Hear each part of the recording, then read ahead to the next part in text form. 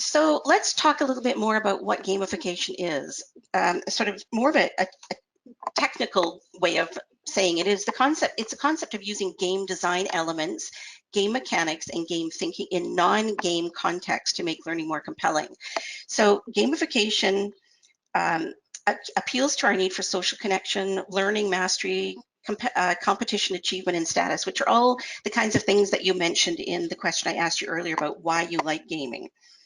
Gamification takes gameplay elements and gaming mechanics and applies them to learning courses to engage your learners, to motivate action and solve problems. And gamification uses our natural desire for social connection.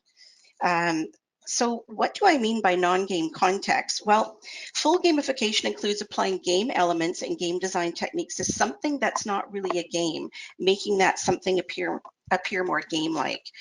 So I want to give you some examples of what I mean by that. So I'd like to talk a little bit more about the gamification components I mentioned in the definition on the last slide that I talked about. So game design elements are things like digital objects and elements that make an experience game-like. And those are things like fixed rules, negative consequences, you do something and something not so good happens, ranking, player effort, reputation, rewards, consequences, variable outcomes depending on what you choose.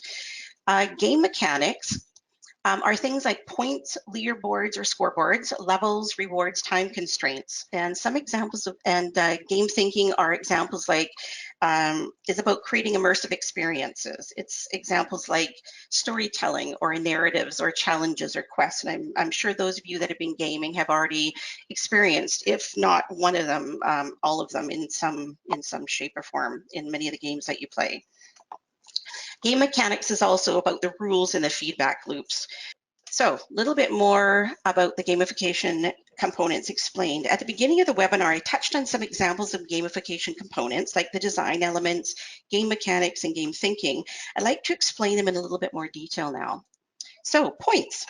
Points can be incredible motivators. People love to earn points and achieve them. They can be used to reward learners, drive specific behaviors, give status, unlock access to content or higher levels, and purchase rewards. Challenges, badges, and achievements. We're naturally competitive people. We want to do more, be more productive, and innovate faster and be smarter than the next person. Challenges provide learners with missions to accomplish and then reward them for doing so. Challenges provide goals, give learners the feeling that they're working towards something. Trophies, badges, ribbons are all visible recognitions of having reached new levels or completed new challenges in learning. Leaderboards. These are scoreboards, basically. Earning a reward or prize just might not be recognition enough for many learners. Visual displays of their progress and their ranking with other learners or other employees in the organization help them track their performance against their own goals and the performance of others. The rankings tap into people's natural competitiveness and encourage them to do better, boosting repeat visits and motivating learners to improve their position. Levels. Levels are used to indicate that a learner has reached a milestone or a level of accomplishment. And time-based activities. This is also really important with gamification. You want to create artificial pressure by using countdowns on quizzes and things like this. This makes learners tackle challenges under real-life time constraints.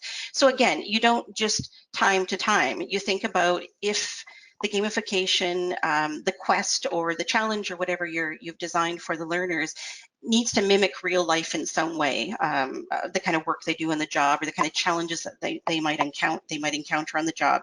So you also want to use timing based on those types of things. If someone has to complete a task within a certain period of time or answer a customer question in a certain period of time, that's when you'd want to use a time-based activity because it mimics real life or real life on the job. Continual and immediate feedback. This one's fairly obvious, but we know that feedback is really a critical element in learning. People need to know how they're doing as they're progressing through something.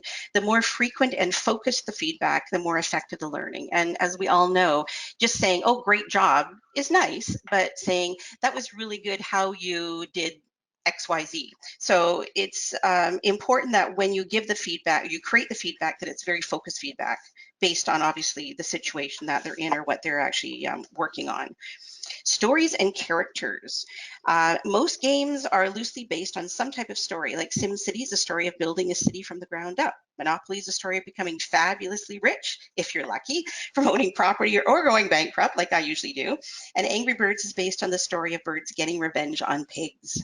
Many games are great at integrating a story into gameplay, and research indicates that people learn facts better when the facts are embedded in a story rather than in a bulleted list. The trick is to create a story that's easy to follow and can be told in a non-linear fashion. And what that means is that the learner can choose where they want to go, when they want to go, and complete what they want to. And it's their choice rather than they're being driven to in a linear fashion. The story must make sense in relation to the learner's actions and decisions. When a story unfolds during the learning process, the learner understands how all of the elements being learned fit into the bigger picture, which comes down to what we talk about when we talk about learning objectives and making sure the learning objectives achieve the goal of the course. Then we have freedom to fail. This is also really important because the risk of failure without a punishment of some sort is really engaging. Learners can explore and examine causes and effects if they know that it's okay to fail. And it's a safe environment to be able to fail rather than on the job when it's not so safe and there could be consequences. They typically learn as much from seeing the consequences of their failure as they do from a correct answer. Failure is accommodated by giving learners multiple lives, second chances, and alternative methods to succeed. Many e-learning authoring tools and learning management systems, or LMSs, have built-in elements and tools to support gamification. So no matter which LMS platform you use, you can easily gamify your learning.